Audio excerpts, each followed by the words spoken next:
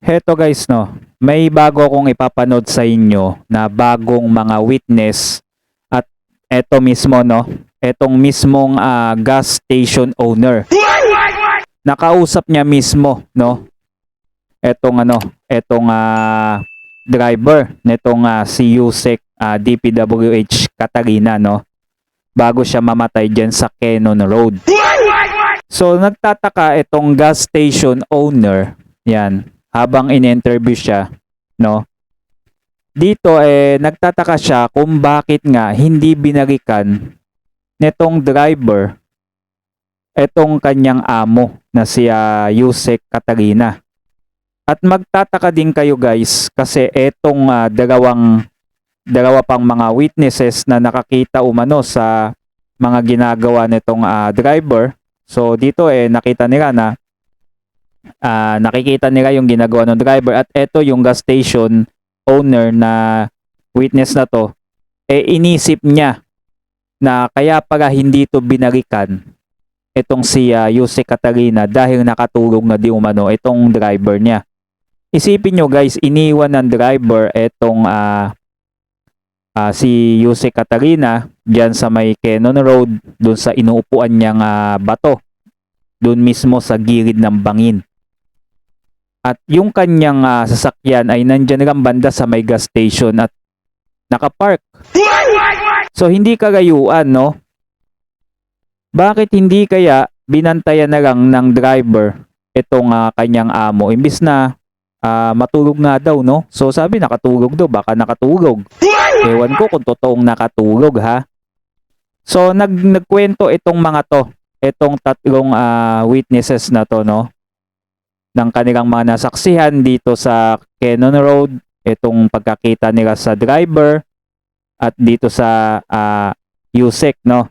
So eto guys, mapapaisip talaga kayo kasi ang sinasabi talaga nila ditong cause of niya pagkamatay ay suicide, no.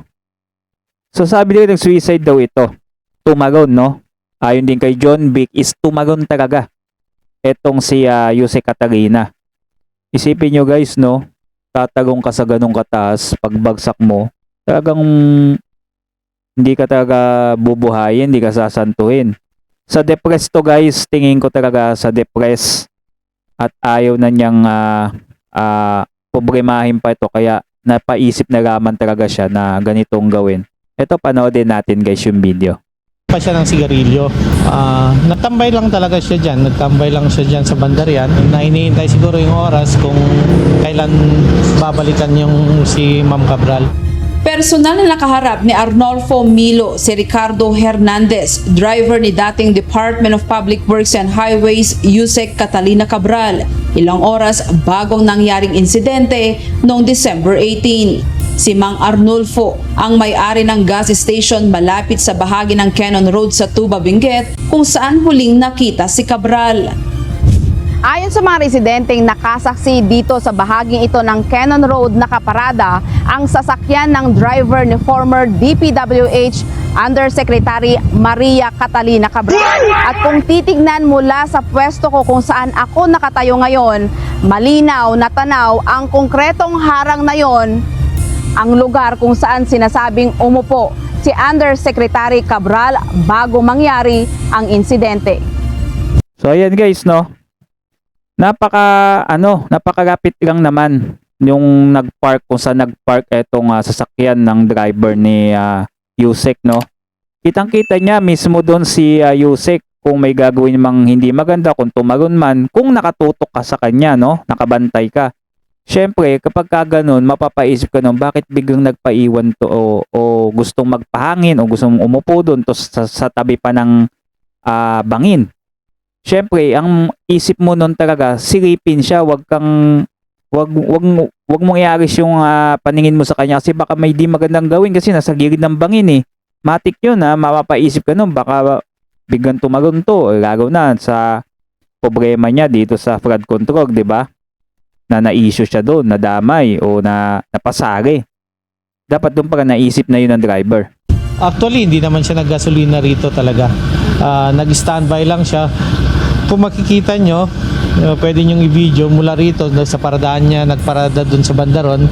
Kita naman yung inupuan ni allegedly na Ma'am Cabral. Kita nyo, kitang-kita naman nga. niya yung inupuan mula rito sa gasolina hanggang dun sa dulo.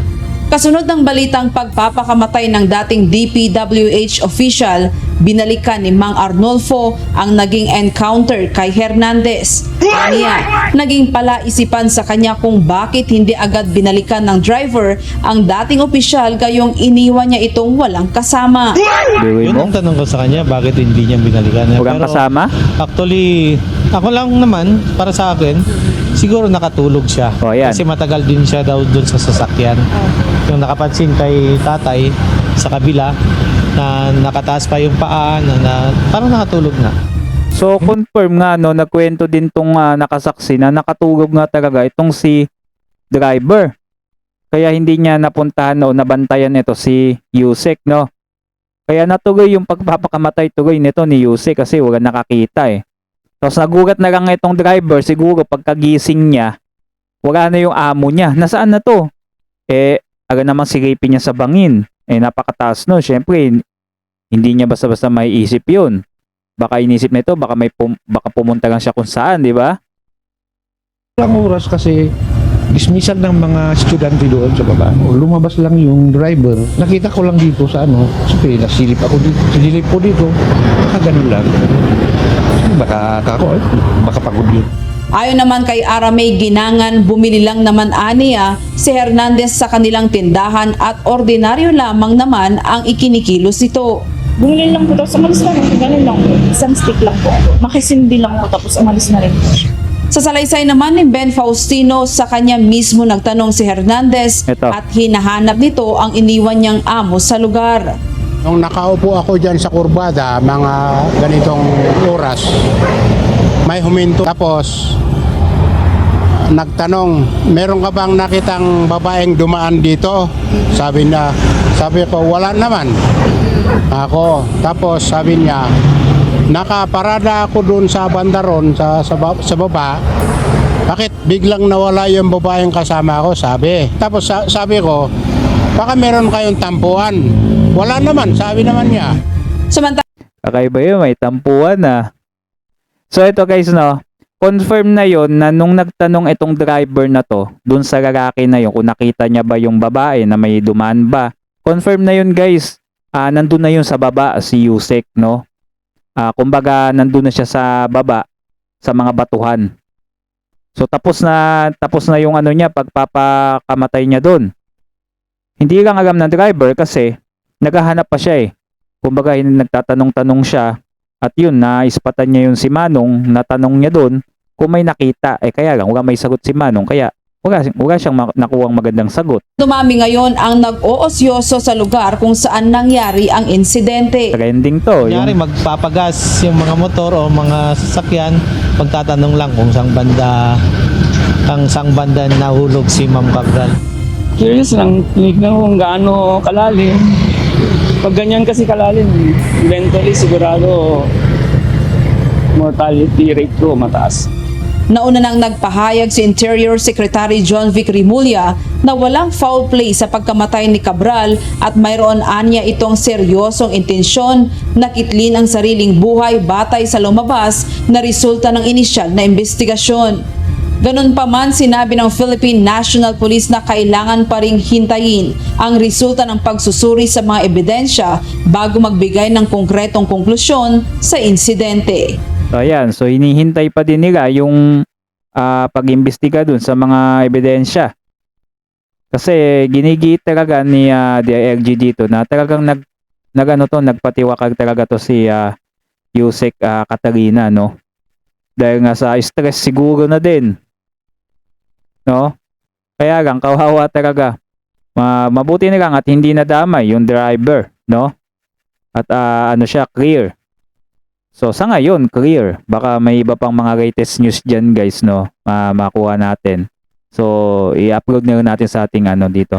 So yun lang. So kung nakaabot kayo guys, makisuyo ko na baka pwede mag-subscribe kayo sa ating channel. Nang sa ganon ay may pagpatuloy pa natin yung mga ganitong klaseng mga news at mga balita, no? So yun na lang, salamat sa panonood. Thanks for watching. Have a nice day.